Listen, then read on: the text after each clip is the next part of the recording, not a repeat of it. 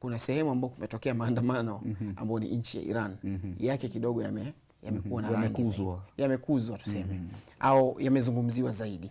Sasa sijui kwa nini, kwa sababu Venezuela kumekuwa na maandamano, Marekani kumekuwa na maandamano, hivi majuzi Tel Aviv kulikuwa na maandamano.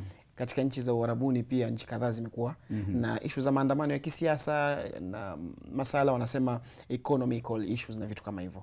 Hivi majuzi Iran kumekuwa na kidogo kama mfumuko au mchemko wa maandamano na watu kusema kwamba wanataka kupigania kile kinachoitwa kupanda kwa bei za nini, za bei ya maisha au bei ya vitu vilipo kwenye soko, kupanda kwa bei ya soko, na hususan ikizingatiwa swala zima la rial ya Iran ambapo kwamba imeshuka sana ikiwekwa pamoja na nini, na dola.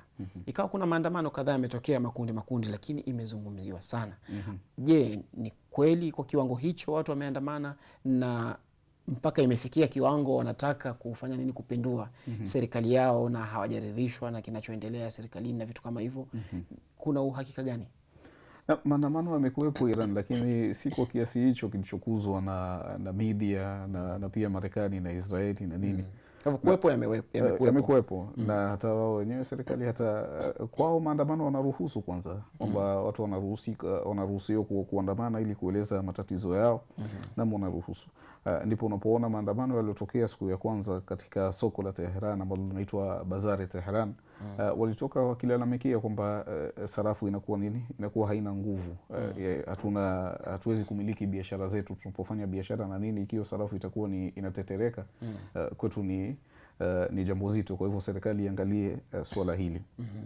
Hii ndio ilikuwa ni asli ya maandamano ambayo ilifanyika siku moja, na sasa hivi mpaka sasa hivi wenyewe wameshafungua biashara zao, zinaendelea. Ukienda leo katika hilo soko la Tehran mambo yao yanakwenda kama kawaida.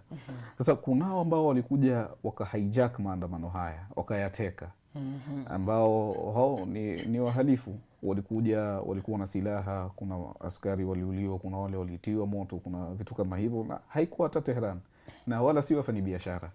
Walikuja wakafanya, na ukiangalia katika baadhi ya sehemu ni watu 100, sehemu nyingine ni 50 na nini, yani ni watu ambao wanakuja kufanya vurugu, ambao watu hawa ndo serikali iliazimia kupambana nao.